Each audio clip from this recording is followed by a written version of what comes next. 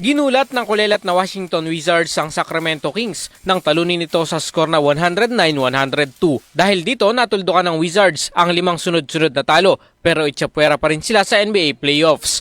Nanguna sa opensa si Kyle Kuzma na may 31 points. Sa katatapos lang din na games, dinispatcha naman ng Orlando Magic ang New Orleans Pelicans sa skor na 121-106. Nagtala ng kanyang ikalawang career triple-double si Paolo Banchero na kumamada ng 20 points, 10 rebounds at 11 assists. Habang nasilat naman ng Houston Rockets ang Chicago Bulls sa skor na 127-117.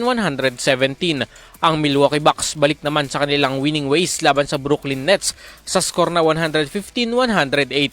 Samantala ang NBA superstar na si Luka Doncic ay halos may triple-double performance sa panalo ng Mavs kontra sa inaalat ngayon na Utah Jazz sa skor na 113-97. Para sa ating RMN Sports, Radyo Man Jairus Peña, Florida, Tatak RMN.